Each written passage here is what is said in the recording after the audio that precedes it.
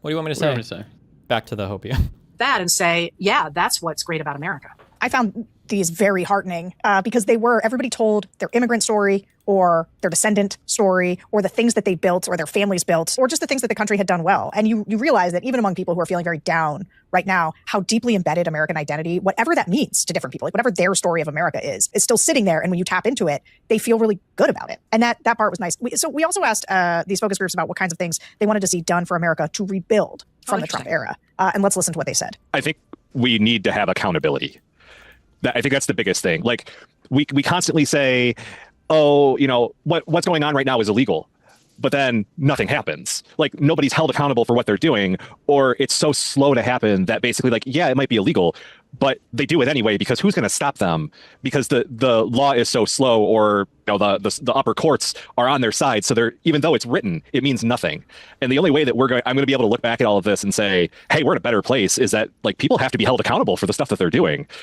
Or else, what's the point of law? I'd be more proud of the country if I could see that the country is really working for the common everyday person. So rather than like the richer get richer and the poor get poorer, you know, anyone and everyone has access to medical care. You know, if you get a car accident, you're not going to want to wobble away out of fear that you can't afford it. Like it's going to put you in debt. I think we need to close some loopholes, like the age limit for the president. Anybody who's running for the president, we need to cap the age limit.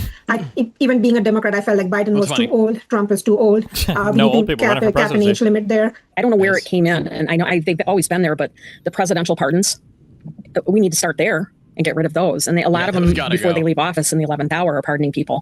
And we don't hear about a lot of them, but start there. I don't understand that. If we've convicted somebody of a crime, they've been found guilty, that's the last chapter and the last page of the book. You don't get to rewrite that book just because you like the guy or the girl, or you know they've contributed to your campaign. So Heather, I talk with my guy JVL all the time on the Secret Podcast. We have this ongoing argument about what we're going to do to push ourselves out of this time, right? And so if a Democrat is elected, what are they going to do to make sure that this moment never happens again? And he tends to go for stuff like expanding the Supreme Court, adding DC statehood, prosecuting the crap out of the Trump administration, which I'm super on board with. But what do you want to see done in a post-Trump world to help sort of propel us forward? Tell me what your pitch is for the post-Trump future. So I'll give you my Watch Vaush's reaction to the Platinum Stuff. It's causing a civil war in a subreddit. Link me. My small pitch, if you will, and then the bigger pitch. The small pitch is we got to get rid of Citizens United. We got to get huge money out of politics, because that will make it easier then for new and different people to enter politics, even before you get to the place of elections, where now, especially after the June 30th decision of the Supreme Court, we've got yet more money flowing into politics. And remember, we get the overturning of Citizens United in 2010 after the American people have elected Barack Obama. And with, this real push away from the focus on Congress and on widespread voting and toward a unitary executive, which we're seeing play out here. So the first thing I'm going to do is wave my magic wand and get rid of Citizens United and money in politics.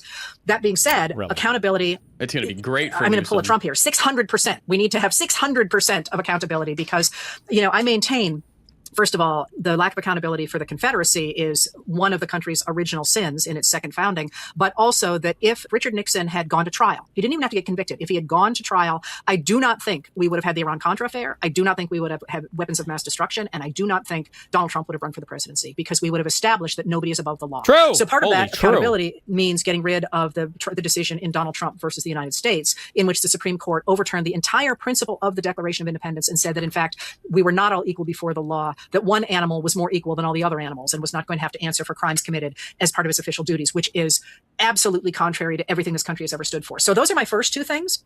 But the larger picture here is that we have let the machinery of American democracy rust to the point that it no longer represents the American people. And we're going to have some pretty big reworkings of those things. I'm 100% on board for having a bigger Supreme Court, regardless of who is in charge of it, because we haven't expanded the Supreme Court since 1869. And we have a lot more people in it now. And we have a lot more circuits and a lot more need for more people who can handle more cases. So aside from the political makeup, which, by the way, also needs to be adjusted, because right now it does not represent the American people. It's been packed with right-wing extremists. That's going to have to be addressed, but not just that.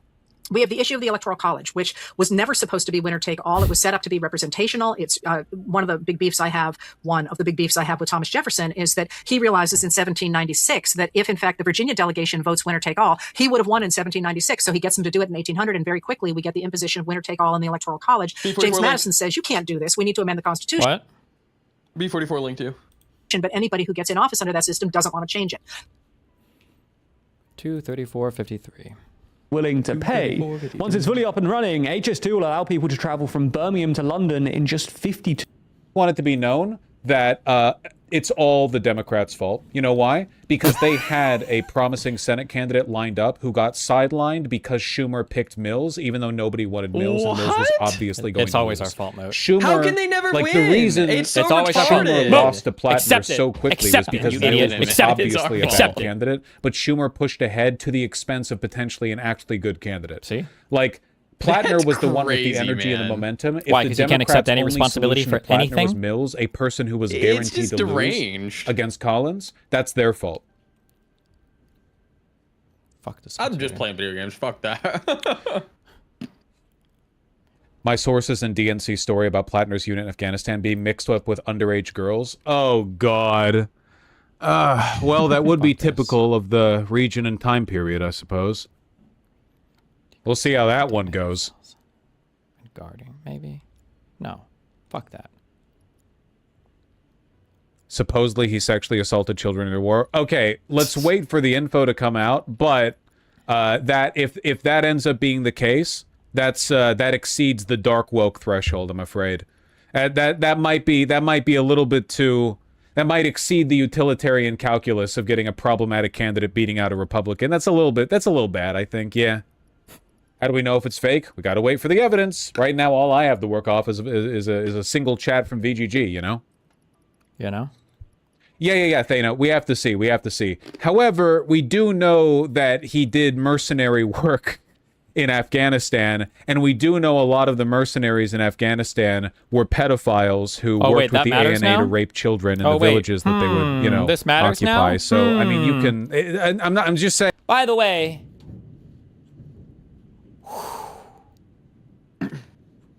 if this guy would have been the center left Dem, Oh my god. bro, these guys would be genociding the entire. Can you imagine?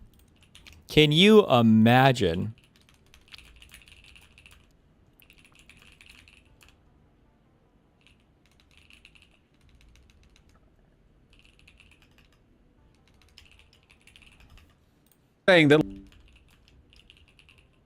Oh, Vaush, error, exe. OBS? We good? All right, I think we're good. Okay, I'll just hit the little button that refreshes stream for viewers. Sorry, Plattner's campaign tried to murk me, like they murked those children in Afghanistan. I'm sorry, I should wait for the story to drop before I.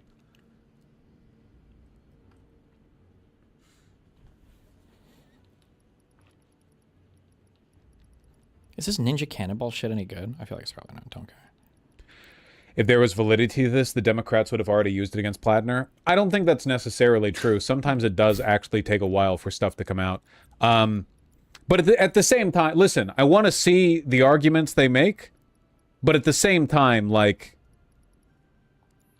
it's not impossible.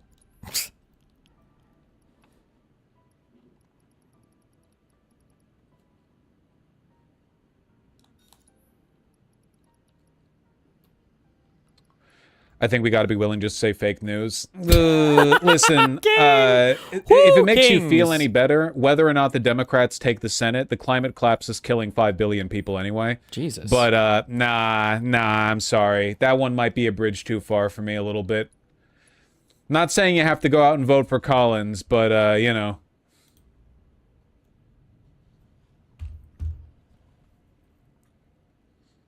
Wait, these are credible? No, we don't know yet. Chat's just speculating. We don't know anything.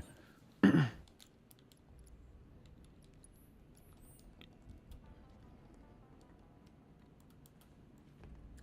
Plattner campaign did not immediately respond to requests for comment on these events. The postponements came as multiple Democrats told the Bangor Daily News they expect the national outlet to drop a story about Plattner Monday or Tuesday. Rumors about potentially damaging stories in the progressive candidate increasingly swirl Sunday night and Monday.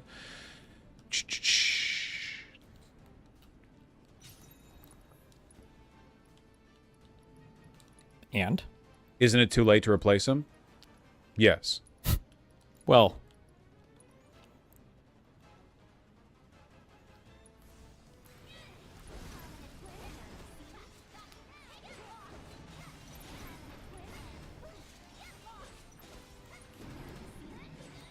You motherfucker.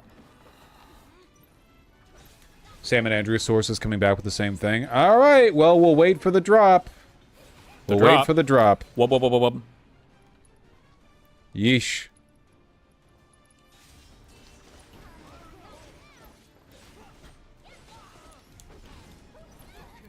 Is there nothing I have to damage this guy more? Am I really just supposed to be mashing? Libs are going to be insufferable without this. I mean, I'm sure they're delighted to see our guy, Platner, drop out or whatever, but the Dems have absolutely objectively mishandled this on every level. The Senate Democrats never reached out to Platner. Mills hasn't reached out to Platner. They didn't do anything about Platner. And also, Schumer shelved a potentially good candidate in Maine against Collins in favor of Mills because Mills was like a deep state Democrat ally. Like, the Democrats mishandled this, and Platner objectively ran away with the momentum. Mills would have lost to Collins, without a doubt. Steven, it's always so your fault. the Democrats' best pitch was just losing to Collins. No, I pushed the wrong button. God damn it.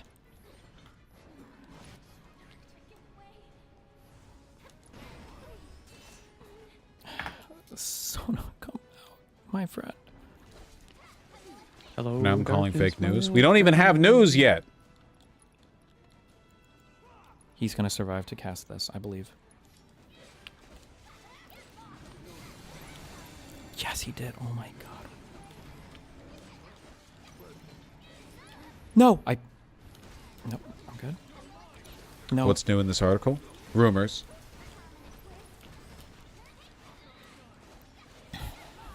Yeah, just rumors, guys. This is older, But so I he hasn't don't think we gotten all that. have anything more than that right now. From the ever-reliable Washington Examiner. Oh my fucking god. Oh my god.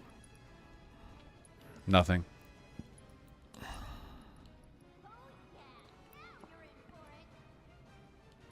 Yeah, not a lot of info out there.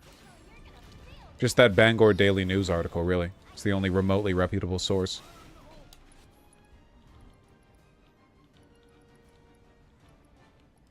No, I don't know. I just said that. Whatever.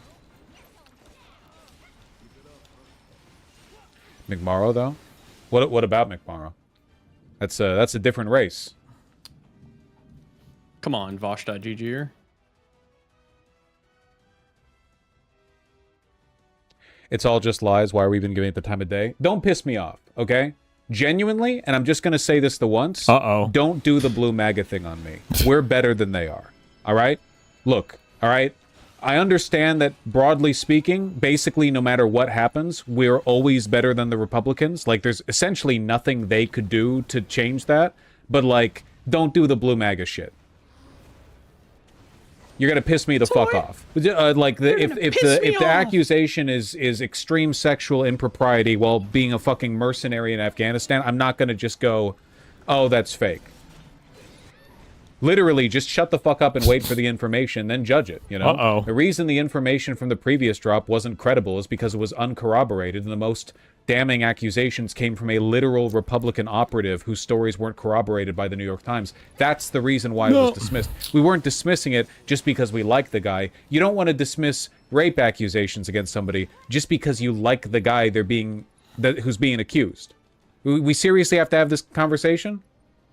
His PMC work was not in Afghanistan? You're right. The PMC work was in Iraq, I think, right? Who was it that Schumer should have endorsed? Can somebody pull up that article? The nominee? We looked at it just a couple days ago. The one where there was a promising Senate candidate in Maine who had gotten their campaign ready, had some like contacts pre-negotiated, had already cleared it with the DSCC, but then at the last minute Schumer said no, do not launch because they wanted to go with Mills.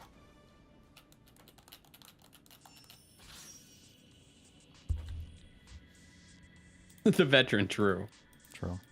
Here it is. Yeah, this one. The candidate, Kleben. Dan Kleben. Yeah. It's like Dan Saltman. He'd already hired campaign staff, but then the Schumer canceled his bid because they wanted to go with Mills.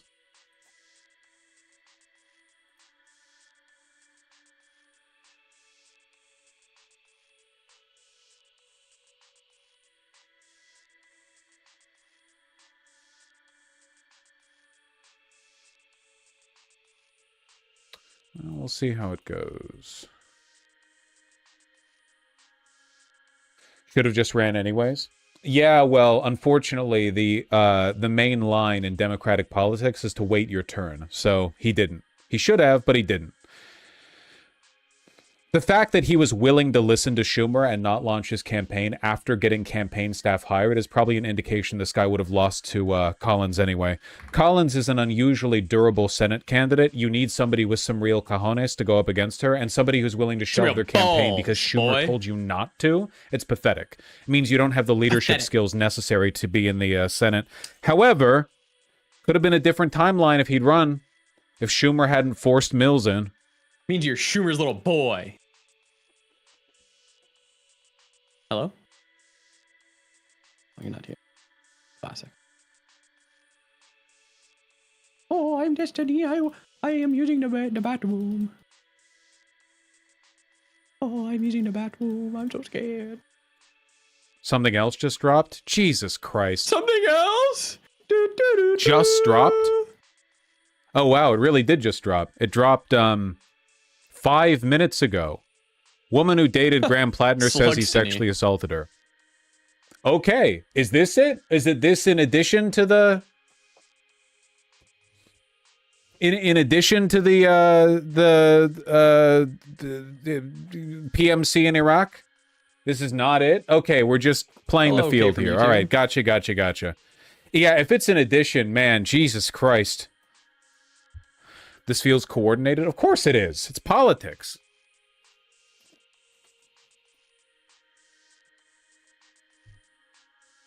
Doesn't mean it's not real. Like, the accusations against Weinstein were coordinated in the sense that, like, people had talked beforehand and, you know, come out as a group. Something being coordinated or somewhat cynical doesn't necessarily mean it's not true. Let's see. Woman who dated Maine U.S. Senate candidate Graham Plattner said he forced her to have sex with him nearly 5 years ago, despite her repeated objections. That's not good. A woman, a 41-year-old Maine resident named Jenny Rassicot. Not good that we have a name. That definitely increases the legitimacy of the claim. Miss you, dear leader. Detailed the alleged incident to Politico in 3 interviews over the past 2 weeks. Oh, boy. Politico also spoke with the man Ransicot dated and confided in the years after the alleged incident and reviewed documents, including emails between Ransicot and her therapist. Oh, no. Oh, no. That's true, and in fairness, even here in the Axe Grandosphere, Plattner has been cheered relentlessly by a large contingent of bro-y libs. I hope my instincts are wrong, but I think it will turn out to be embarrassing to have caped this hard for the American answer to Russell Brand. Conflating Graham Plattner with known rapist Russell Brand is fucking insane. You are part of the problem, Natalie. Your instincts are non-existent. Well, it has turned out to be embarrassing. Yikes. Get snark. Ooh, boy. And messages between Ransicot and an acquaintance, so it's corroborated then, whom she warned against getting involved with Plattner years before he ran for office. Rassicot said she had an on-and-off relationship with Plattner, who is now the Democratic Senate nominee in Maine, for more than 2 years before he entered her rural Maine home uninvited one night in late 2021, deeply intoxicated, and forced himself on her while she repeatedly told him to stop. Jesus Christ. It's like textbook. Yep. She said she cut contact with him after telling him the encounter was not consensual. Grabbed my pelvis, being really forceful of me, she said. I remember the specific moment when I thought to myself, like, this is no longer my choice. Plattner denied the allegations. These allegations are troubling, serious, and false. Any accusation of non-consensual behavior is categorically untrue. Well... Really?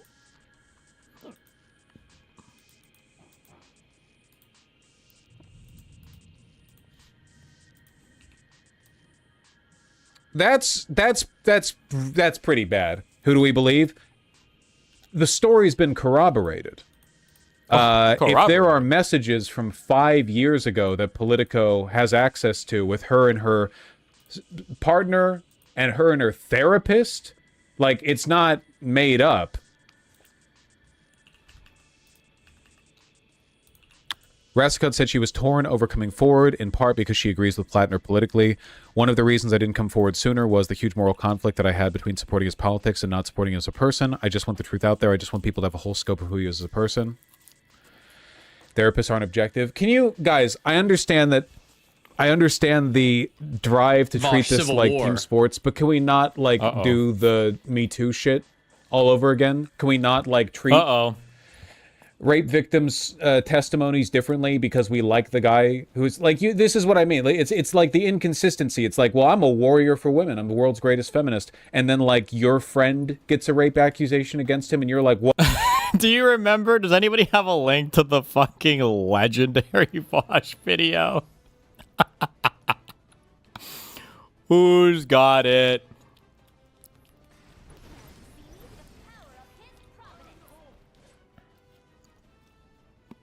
Well, that dumb bitch is lying, obviously. You know what I mean? Like, you can't... Stop. Please. Don't make me waste my time with this. You either know immediately, or if you're thinking in your mind, if you're not sure what I'm talking about, you don't know. Don't, and then just wait for someone else to link it. Out of the race. These allegations are very serious, and Graham vigorously denies them. They also coached and coordinated by out-of-state establishment operatives. Ooh, that comes across really defensive. For a year, opponents of this campaign have thrown everything they can at Graham, calling him a Nazi, war criminal, and a communist. None of it has been true, and this is no different. It's not a coincidence the story comes a week before the ballot deadline. Just the previous false allegation came a week before the primary. Graham began this campaign to fight for a Maine where everyone's treated with dignity and where Mainers put first, and no amount of desperate smears will stop this moment from seeing that vision through. Ooh, that's a very defensive response.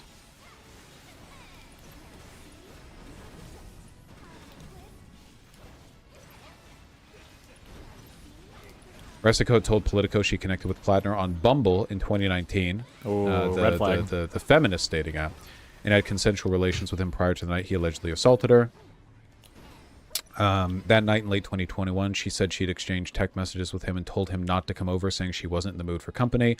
Later that evening, she said she realized when she heard a sound on the stairs that he had let himself into her house, which was unlocked. Plattner came up the stairs, Redscott said, where she was on a couch. He got on top of her and kept grabbing her, she said, while she repeatedly told him to stop and said she wasn't interested. Resicote said she smelled alcohol on his breath and believed he was, quote, almost blackout drunk because Plattner ignored her protests and continued to grab her after knocking over an antique sewing kit. Spilling small needles everywhere. I had been telling him these words like, no, don't, she recalled. The look on his face, realizing what was happening, I just realized I'm in a situation where there's no consent here. Renscote said she tried to separate herself from Plattner by telling him she couldn't be in that room anymore, after which he followed her to her bedroom. No. Had sex with her against her will, ejaculated inside of her. Okay, so not sexual assault then, just like rape, you know. Look at Benjamin's. Credible source told me Graham's considered dropping out. It's over. Yep. I mean, justified. Like, if unless there's some like insane, like like a unbelievable haymaker from Graham Plattner here, like just some insane like ukulele video, it's just something that completely annihilates these accusations. Like here's a video of you on the night you've accused me on a vacation in Hawaii, some shit like that. Unless we get something like that, it's over, yeah. Is the Senate out of the question now? If he drops, yes. It's not true. Really? She went to clean herself up, she said. When he returned, Plattner had fallen asleep. Wow, She Kevin, you did contemplated $600? waking him up to kick him out, but worried he could hurt someone driving in the state he was in. The following morning, she said Plattner tried to put his arm... Fuck. Does nobody have the... Is it this one? Oh, it was this one. 1 and 3 or 1 and 2. We just don't know because nobody fucking reports because reports aren't taken seriously. That's what Me Too is about. You're like, I don't think things are on the same level, but things impact you in like bizarre ways. But yeah, like because the purpose. Crying? Like, Me Too has gone too far. False allegations are ruining people's lives. Okay. Who among you have experienced sexual assault? And like every woman in the room starts crying? Like, almost every female friend I have has been the recipient of sexual assault or violence or rape or whatever at some point in their lives. Seriously. It's such a common thing. I think 1 in 4 is probably understating it significantly. I wouldn't be surprised if the rate for sexual assault on women over one's lifetime was as high as 1 in 3 or 1 in 2. We just don't know because nobody fucking reports because reports aren't taken seriously. That's what Me Too is about. You're like, I don't think things are on the same level, but things impact you in like bizarre ways. But yeah, like because the perpetrator wasn't white, and because he was like, you know, part of like a certain religion. Oh wait, are we being real? And the police were basically just like, we can't because of cultural differences, which I don't feel like is such a good. What? Bullshit. Are you fucking kidding me? Did she turn her fucking rape confession onto how the rape fugees, fucking Ahmed Muhammad, raped her and the police were like, oh, we can't persecute brown people? Bullshit! Bullshit! In fucking Australia? Bullshit, dude. Is there anything on this? What's this bitch's name? Cultural differences? About 2.6% of the total Australian population. Yeah, you know how police are. They're just so reluctant to go after brown people. There was literally no. Holy fucking yikes! That's one for the ages right here. Jesus. Grab him by the Plattner. Good one. Progressive victory.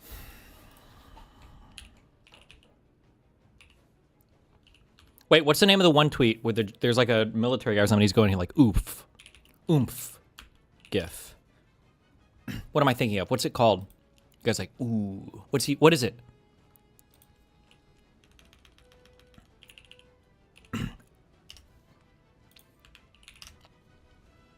Fuck, I can't find it. What's it called? Was it a football one? Soccer oof. Oh yeah. That's it.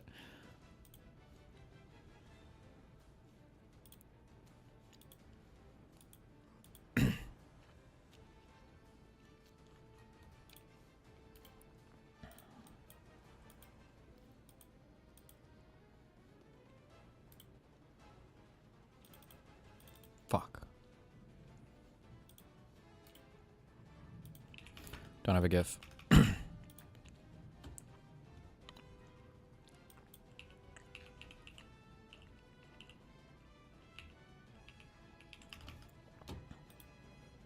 Wait. Is Lib and Learn on? Probably.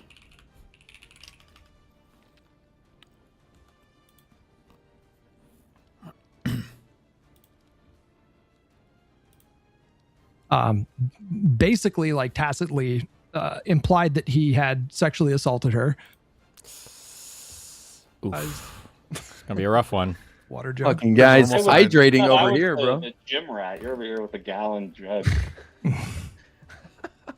I'd have pissed so many times, dude. We did like an Airbnb in a yurt this weekend, so I needed to bring a. Yo, how was that? It's fucking beautiful and amazing, and I don't get out in nature enough, and I need to do it more. That's good, bro. What's this? Good for you. What did you guys do Nature slop. for the 4th? How did you celebrate your unbridled patriotism? Closing the windows, like that meme. Yeah, Curtains, whatever. setting out the fireworks because I don't want to hear. Did you see the like Trump came out in the rain, right? Or like he said don't go to the celebration or whatever. Or sorry, no, he said go no matter what. My apologies. I didn't see that. No. Oh, I did see like after they canceled it, he told people to stick around and don't listen to the warnings or whatever. Stay anyway, yeah. Well, I'm glad that like no one ended up hurt or anything because of that. But he was like, no matter what, I am going to give this speech, which crazy. Props. Well, Soypill, you got to kick us off with your official improvised intro. Improvised intro. Welcome to Live and Learn, the only show where the soy pill is on the road and packs everything except the mic, including the cables, because it's a fucking idiot. So he's on his headphones. What? You sound great. What mic are you using? It sounds like there's a mic. Oh, it's in the headphones. Gotcha. You might need to project a little bit when you speak. Yes. Yes. All right. So everyone in this fucking hotel who already hates me for taking up their little business room and stealing their Ethernet is also going to scream at me for yelling. I'm yelling about Plattner. You don't need to yell, but just make sure you project a bit. Oh boy. You guys are gonna get it's gonna be like Good Morning America. You're gonna see everyone walking back in the background. All the I actually pods. think it's sick. Yeah, I think that's like it's giving West Wing. It's really nice. But not a lot of news going on today. He's traveling all over the place, man. Where are you? What are you doing? You know about my side hustle, guy. I don't like telling people about it. It's not a public. Okay, you're doing that. Okay, yeah. I'm just curious. It's gotta. Sometimes you gotta spend money to make money. That's all I'll say. Yeah. He's hawking Trump coin. All right, it's not in line with his values. But should we get into it, folks? Into it. Jesus fucking Christ. All right. So big allegations against Graham Plattner. It's not fair to say, I think, that there wasn't the same person who came out before. So this is a follow-on from the New York Times original story, I believe, and from the Politico reporting. But it is fair to say that there is now additional specification, clarification, and accusation of full-on rape, and that it's been substantiated with at least contemporaneous or pre-Plattner political movement communications corroborating or attesting to this alleged break-in and grape. And the response has been quite, Can we not say rape? Say, devastating in terms of his support, which has crumbled among Democratic loyalists. And additionally, yes, I think in terms of political commentators, pundits, the media class at a bare minimum, and I'll just end with this by saying that additionally, he has given what I think is coded language for, I'm not sure if this campaign is going to go on much further. It feels like a coded language to me, but you tell me what you think. So just to clarify further, the allegations are not coming from Lindsay Feifeld, who was the main subject of the New York Times reporting. She was the one who alleged some physical abuse, I would call abuse, a lot of really problematic toxic behavior. These allegations are from a woman by the name of, oh man, what's her name, guys? She was also in the New York Times article, but they didn't get into these details. And in the article, she specifies that she didn't initially want to come forward with these grape allegations because she didn't want to be known as an SA victim. Like, I think were her own words. And it's really bad. Jenny Raciot. Rassicot or something like that? I don't know how to pronounce it, but she's a 41-year-old Maine resident.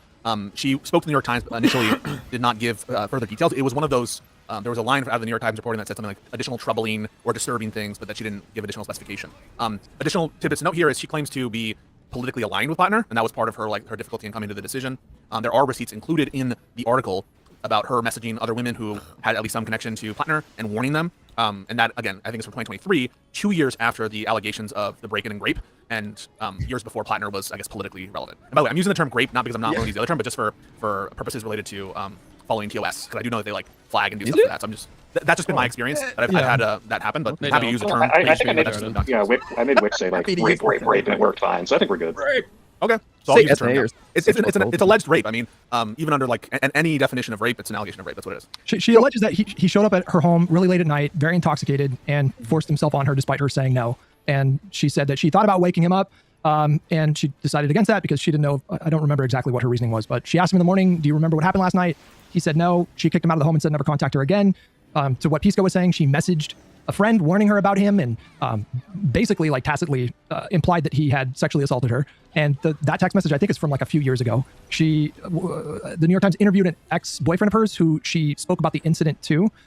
So in order to believe that she's just like manufacturing these smears, you would have to believe that she was playing the long game for years. That, like planting the seeds of this lie, in anticipation of him running for office. It's just like completely unbelievable that she would just make this up. It's just, yeah. Okay, so the reason I asked just real quickly, the reason why I asked are people abandoning her because I haven't been on X to see what's going on. I haven't seen the fallout. So who has come out undefeated that changed their mind or that has condemned him? Emma everyone is. Oh, Emma Vigland, yeah, like everyone's kind of dropping. Yeah. Okay, so forget Emma Vigland is a nobody. Couldn't care less. But Rokana, you said? Base. Yeah, Rokana, yeah. The pod himself told him it's the biggest and most important of all, so he should drop out. So what did Rokana say? He said that grape was a red line for him, and that would be the end of his sport. Sexual violence against women is a red line, I believe. Yeah, I've been very clear that sexual assault or violence against women is a red line. These allegations are very serious and credible. Graham Plattner should drop out from the race, and I am withdrawing my endorsement. Wow. Okay, so Ruben Gallego as well, rescinding endorsement. Who takes over? Are we back on Janet Mills' train or what? So there's as I'm understanding, there's processes in Maine state law that allow for replacement candidates from a party prior to a date certain if there's a withdrawal, and then there's an additional deadline on the party determination as to who should be beyond that. I think in late July, but the deadlines are coming up. But whose names are being floated? Again, I haven't seen any of this. So one of the losing candidate in the governor's race, whose name now escapes me, but he is more like a progressive aligned candidate, and I think he lost in the governor's nomination contest. Right now, again, I'm totally losing track of whose name was, but Janet Mills is also being talked about. But there's a sense of, I think, chaos and uncertainty about next steps, and even what that process looks like. My question is, what really fundamentally changed from this story, from the last one, from the wanting to go out and kill people, from the Nazi tattoo? Like, why is this the one where everyone's like, well, that just because it's more credible, like now I can't like defend it anymore? Because to me, this changes the calculus very little. Yeah. Like I just assumed all the other stuff was true. So. Jesus. Here's how it changes the calculation. So first off, in terms of and why I think it's in line with at least we are the ones I think historically have had the most conversations about this notion of vote blue no matter who in the calculation and the hypotheticals about Jeffrey Epstein and all that stuff. For me, as I've always said in my commentary and talking about vote blue no matter who. It's important, number one, that any candidate you're choosing between, that there remains some viability in that candidate, number one. Number two, I think that additionally, there's a harm, like if you're not able to actually do harm reduction, then the kind of vote blue no matter who calculation, even though it's well-intentioned, I understand and believe that many people who supported Plattner, including myself, and who endorsed Plattner, including myself, wanted him to do good, wanted to stop the fascist encroachment by Trump, and I thought he was best positioned to do that. But given the where he is politically, he is going to not help that effort. He is going to hurt that effort. So both from an electoral perspective, from an outcomes perspective, and again, just in terms of the nature of the allegation, now there's credible contemporaneous documentation that at least would tend to indicate the reliability of it. And additionally, him coming out and saying something to the effect of, hey, we're going to consider the future in the campaign, indicates to me that there isn't a really good response to this, and there isn't any kind of way to detract from it. And additionally, that his own campaign wants to toss in the the towel. So all of those factors mean that it's not viable anymore in my view. He wouldn't be able to achieve the results of harm reduction, and given the nature of the allegations, we don't have people to actually work with him. So all of those factors, including the inherent wickedness of the act, which now has more corroboration, more specificity, means that it's a changed circumstance, obviously. Okay, well, then my question for everyone is, just based on all of our conversations, is if this didn't affect his polling significantly and he's still out of campaign and you didn't drop, would that change anything? You're saying assume that everyone is on board, assume that there is no second order effects? Jump back in time 4 weeks to when this other story dropped about all these women accusing him of stuff, and just say that this is the story that dropped then, and then everything that happened afterwards was the same stuff, instead of him potentially dropping out. I don't think he's understanding the difference here. Like I said before, when I'm being fair, the other allegations, it's not good when men are physical with women, of course. But we went from seemed like he was kind of bullying an ex, which he shouldn't have been physically, to full on hardcore common vag rape. This is significantly further than the last story. But you're saying as though the second order effects of that. The second order effects of the story didn't happen. It's the reaction was like the reaction from the first one, and he doesn't dropping out, right? Yes. No. So my line on is always going to be. Does Soypill just think it has to do with the reaction to the story? I don't think he knows. I'm not sure if I'm sorry. Hold on. Also, I misquoted. I'm sorry. I misstated what the story was. It was a breaking an entry into full on come in vagina rape. That's a pretty crazy. Ooh, that's a lot more. The harm reduction overall. And so if you could tell me that this is not going to undermine Democrats writ large across the country, that it's not going to actually change the ability for him to reduce the harm to real people, to reduce the corruption that everyone is suffering through, to stop all the sort of policies that are coming across that every day are causing people to be, I think, more at risk and to be, if all that is held equal, then I think it's just an easy on-off switch for me. I'm a pragmatist before I'm an ideologue. I've always said that. But this changes obviously the calculation as to whether or not that can be achieved. And honestly, right, even just looking at the potential future for any kind of candidacy for Plattner in the Senate, if you can't find people to work with you, how is it possible you're going to be able to achieve those ends in the first place? But always, I would think you'd be a moral monster not to put the interests of the many about the interests of the few. And that unfortunately means sometimes signing off to the lesser two evils. In this case, it's an easy decision for you because now everything has been equalized. We don't have to hold constant things that aren't constant, that he won't be able to achieve those aims. And so I'm rescinding my endorsement. I don't support him for the race anymore. It's an easy calculation. It's pretty wild that this played out the way that it did, especially after on this podcast, we've had serious long running debates about how far would people be willing to go in terms of who they would vote for against a Republican. And I mean, I agree with Pisco. If this played out and the reaction was there was no serious push to have him exit the race, then if I was a main voter, I would probably vote for Plattner. But with every new scandal, that's where I am. Well, I love women. First of all, I'd like to say I love women, and also I would like to say L rape in the chat. Okay. I would still vote for Plattner over fucking the Republican. I don't give a fuck. I would. That being said, the issue is, I feel like sometimes when people talk about this vote blue no matter who shit, there's this weird thing that's happening, especially where these lefties or these lefty adjacent people, they're using vote blue no matter who. I don't know who's noticed or not. They use vote blue no matter who to attack you when you attack them in the primaries. So right now, if you're still in the primaries, then it's fine to attack, even the presumptive, well, I don't say presumptive nominee, but the guy who seems like he's ahead. But once you're out of the primaries, then you vote blue no matter who. So I've noticed that a lot, that there's a lot of weird, they'll be like, oh, I thought it was vote blue no matter who. Why are you guys being so mean on Platter? Even though he hadn't technically gotten out of the primaries yet. But yeah, I don't know. They've conflated it on this point a lot.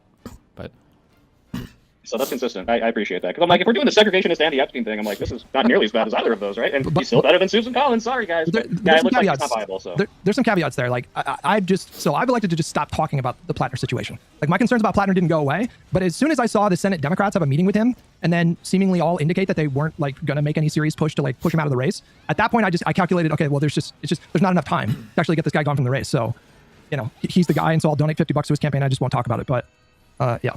I mean, it really is for me.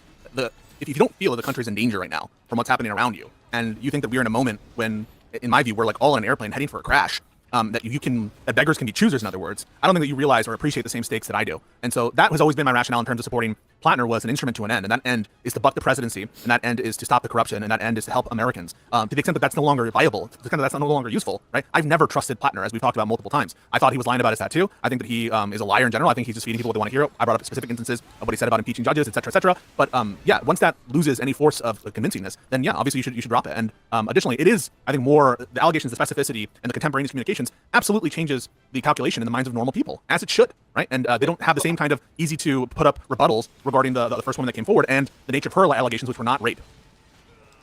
Read the whole article. Is it that he broke into her house? Are we sure that it wasn't like a self-defense, like she broke into his house? No. He came over uninvited. Oh, that's she let him in. Self-defense rape. rape. Oh, okay. Is that what you just? You don't remember that was No, the it's a first reference to article the they dropped. It comment. was Trying to get someone kicked out were to of break that into hotel. yeah, someone were to break into my house. You know what I'd do? Yikes. I see. I see.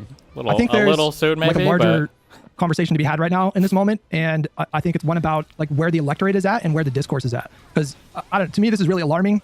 I've long maintained for months that this campaign should have been over as soon as the Oopsie Daisy Nazi tattoo came out. Just full stop. And it's fucking absurd, ridiculous, and kind of hilarious when you remove yourself entirely from the situation. And then just look at how things have played out. Right then and there. Yeah, and kind of. I can appreciate that people have frustration with Democratic Party leadership. I can appreciate the fact that people are frustrated.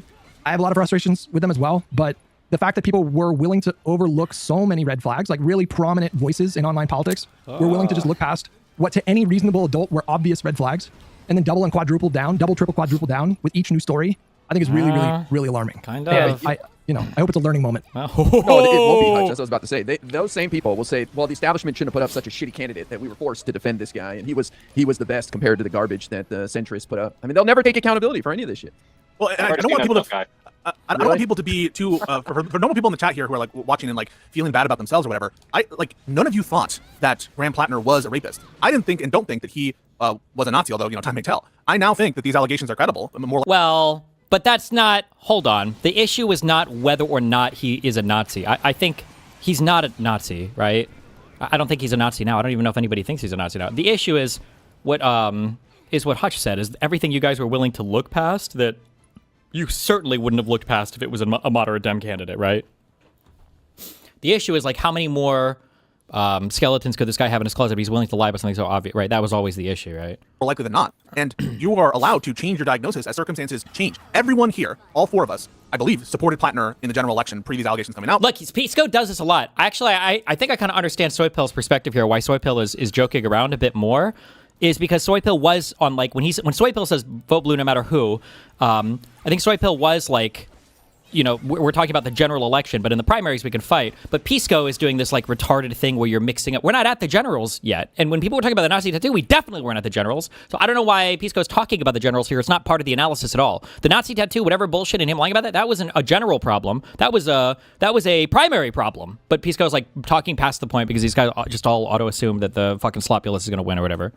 I now think that these allegations are credible, more likely than not. And you are allowed to change your diagnosis as circumstances change. Everyone here, all four of us, I believe, supported Plattner in the general election pre these allegations coming out. Find your favorite Democratic influencer and tell me that they didn't. And if you do, by the way, I think that I'll show you someone who wasn't making the correct moral calculus at the time with the information that existed then. What do you mean? There were not at the general. Voices that were insisting that he had to be the nominee during the primary. During the primary. Yeah, we say he had to be the nominee. It was the whole online left space, with very few exceptions, were insisting that he had to be the guy. A lot of these people were calling these centrist smears. A lot of these people were insisting that the last round of allegations should have been summarily dismissed because of the politics of the accuser. It was fucking disgusting.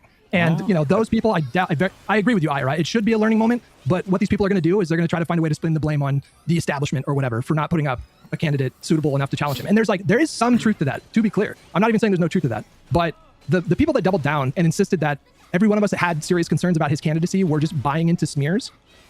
If they were reasonable people, they would do some reflecting after this. Ooh. See, I was consistent, Hutch. I was like, hey, Kyle, I think you're doing the MAGA defense here, Mr. Kalinske, but you know what? We should still vote for him. So, this changed not a lot for me.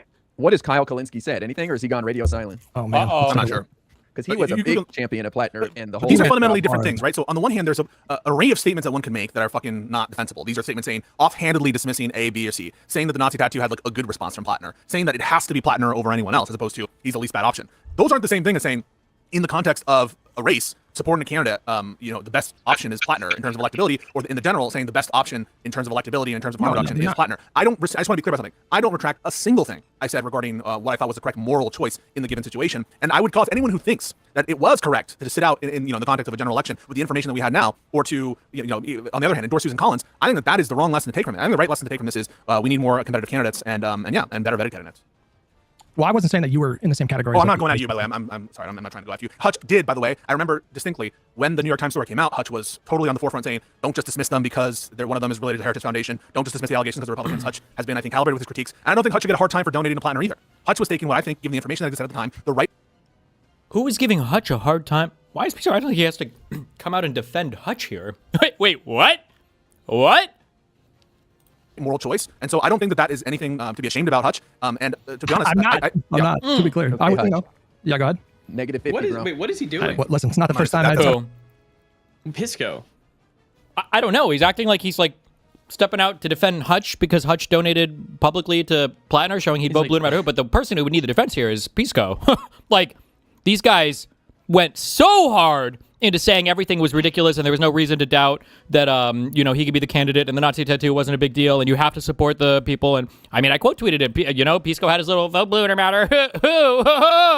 All these guys to pretend like Hutch is the one who needs for the reputation defense here is hilarious. I'll spend money on a losing candidate, but I don't. Okay, Hutch, you and I bet both can own. How much did we dump into a Bernie campaign? And he didn't win, right? It happens. I give him $1,000. I give him like $1,000 or $2,000. I can't remember, but yeah. Hell yeah. Yeah, it was the right thing to do at the time. I'm with Pisco on this is a candidate quality problem in general. I think that these people like Plattner, and I'm going to say some of these DSA candidates in New York too, some of these people have no business running for anything. And I think that the only reason they are is because there is a lack of good candidates. But I think Plattner actually plays into that too, because imagine how many good quality people aren't running for office right now because they're like, I had a couple rough relationships 10 years ago and I don't want the New York Times interviewing my ex-boyfriend or whatever. I did some crazy shit, whatever. I don't know. I'm not trying to excuse his behavior, but there's a lesser degree of what he did, like the first round of accusations, the uncomfortableness and the roughness with women, that I'm willing to bet a lot of qualified people don't want anything to do with. And they're like, I'm not running for office. I don't care. So I think how we react to this Plattner situation is important, keeping that in mind for future candidate recruitment as well.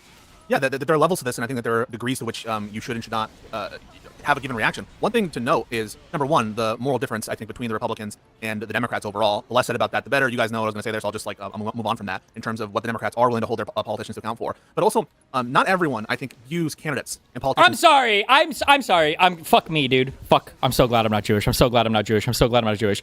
This, patting themselves on the back after their candidate crushed the Dem to be like, we're such good people. We're such good people. We're such good people. The guy had a Nazi tattoo for 16 years and then fucking played you all for suckers lying about it. I'm sorry, but you're not that much better. Chill, okay? I understand that it's popular right now to hate Jewish people and all that, but holy fuck, this patting yourself on the back, well, yeah, man, we're such good people that we are able to come out here and call him out on his bullshit. No, the rape thing is just it's a bridge too far for you. The raping is generally for most people, well, not for most people, I should say for half the people, because for conservatives in the country, they don't give a fuck. But for half this country, rape is a bridge too far, even for the moderate Dems, as much as you might malign them. But you are willing to put so much, throw so much under the bridge, let so much go to the bridge. Come on, let's slow your roll here before you break your arm, patting yourself on the back.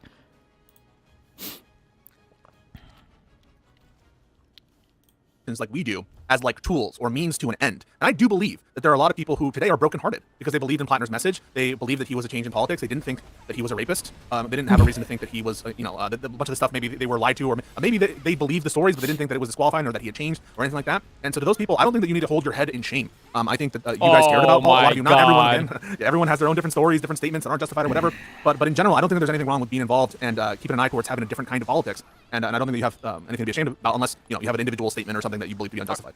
Hey, real quick, guys, does this sound better? Yes, it actually does. Okay, I'm just gonna use my phone then. Let's do it. Yeah.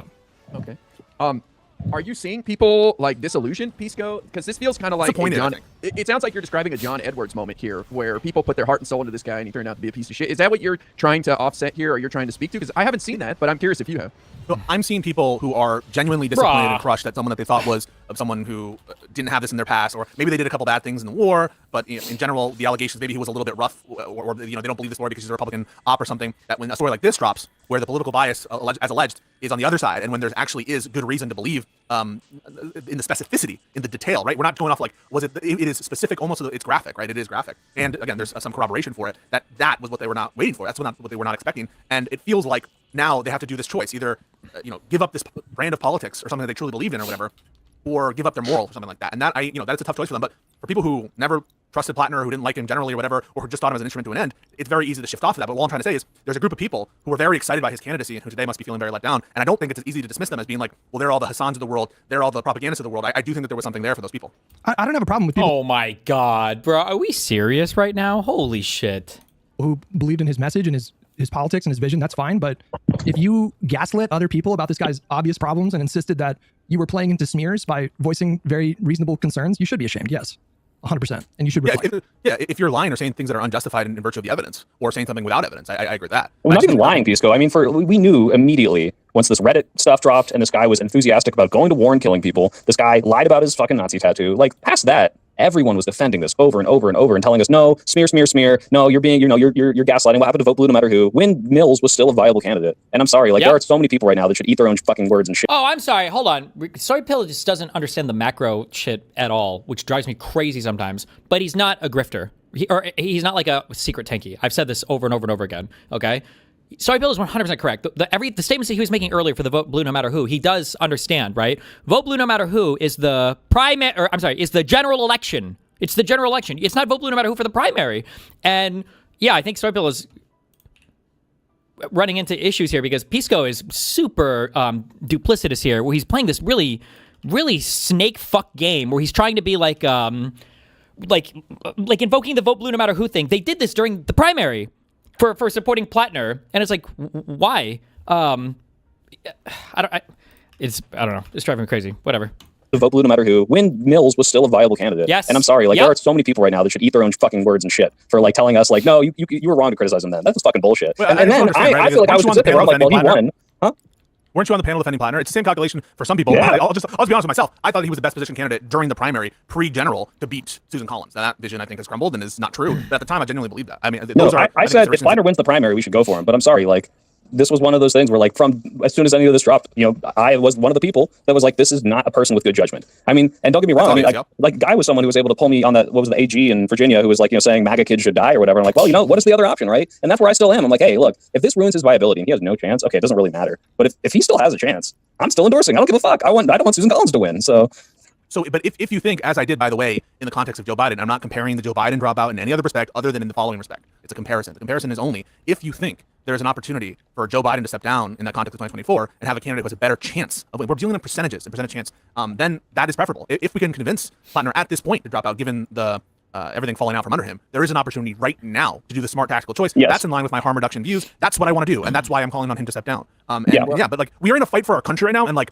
anyone who thinks that we have this luxury, I just think you're not seeing the plot, and that's, I think, what you need to take into consideration first and foremost is not seeing the plot. Bro, these guys were fucking all in on Plattner way before the primary was done. Way before the primary was done, these guys were all in on Plattner. Been this lawless alleged president. Well, I just want to say, I think two things can be true, that Plattner can be a disaster, but also Mills ran a bad campaign. As much as I wanted her, and on paper, she sounded great. Again, I joke, at 78 years old, starting a new career, whatever. But she ran a bad campaign, and so maybe this gives an opportunity to some younger, more exciting person to pick up the pieces. And you know what? Here's a macro play, too. When we keep doing this, they ran a bad campaign, campaign, okay? Like, imagine you're trying to win an office, and maybe she's too old, whatever, probably. Everybody's too old, right? Imagine you're running for office, and in order to get to the position where you can run, you have to have had like a lifelong, time in public service and all this other stuff where you're going to acquire some battle scars, you're going to acquire some baggage or whatever. Just it happens as a result of living that long and doing that much public service where everybody's going at you all the time, right? You bring in these new untested people who have never been in public office before, whose lives have been complete mysteries, who are like, yeah, every single thing you guys are doing sucks fucking shit, and we're going to do everything way better because we know way more than you, even though we've got no history in governance, and you guys are retarded and everything. Like, maybe it's really not just that Plattner was like a one-off, super, ultra, unique, crazy situation. Maybe it is the idea that, yeah, as an outsider who's never won an office before, maybe it is really easy to be infinitely critical of the people that are actually in office trying to govern, and you've got a bunch of pie-in-the-sky ideas that you have no idea how you would even bring into effect if you were to actually win office. Maybe that is like part of that. Like, it's a bigger part of the story than people want to admit. Maybe. Hit the ground running. I mean, they still have time. I don't think it's the end of the world.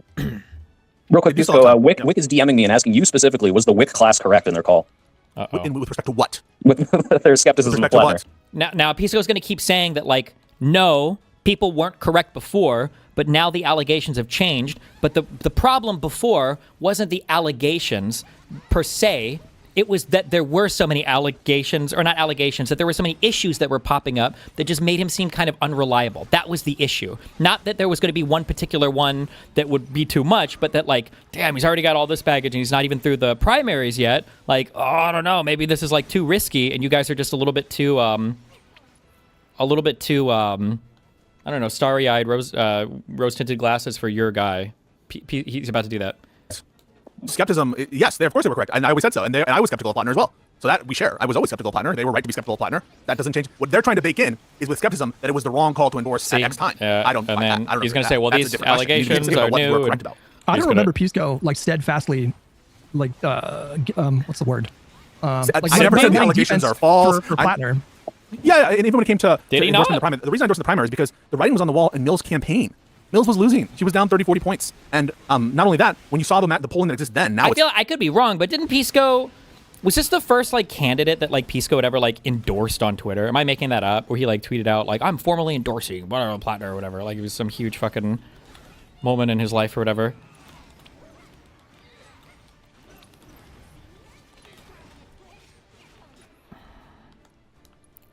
Oh my god, bro. Fuck this monster thing. He always does that? Is that a thing that he's always done? Okay, maybe that wasn't unique to him.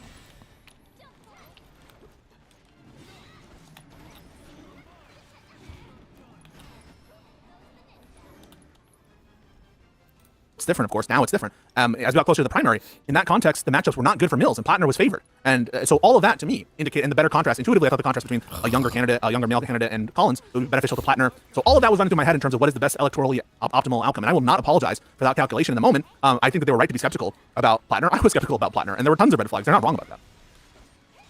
Yeah, I think Pisco and I both said, look, the guy's lying, but we accept it, compartmentalize it. And I figured he's lying for whatever, to save his marriage. He's embarrassed, whatever. Doesn't mean he's going to be a bad lawmaker and lie about stuff to the American people. Maybe, but I don't know. The people of Maine are the ones who decide. They chose him overwhelmingly. The most people since 1918 ever, since Maine started counting by popular vote for Senate statewide, came out and voted for this guy as the Democratic candidate. He had independents voting in the Democratic primary 3-1. So the people of Maine wanted him. And so what can we do as people who don't live in Maine, but support their choice and wish him the best? So I don't think anyone's kicking themselves over supporting this guy. And now's not the time to be like, I told you so, and laughing at people. Now's the time to pick up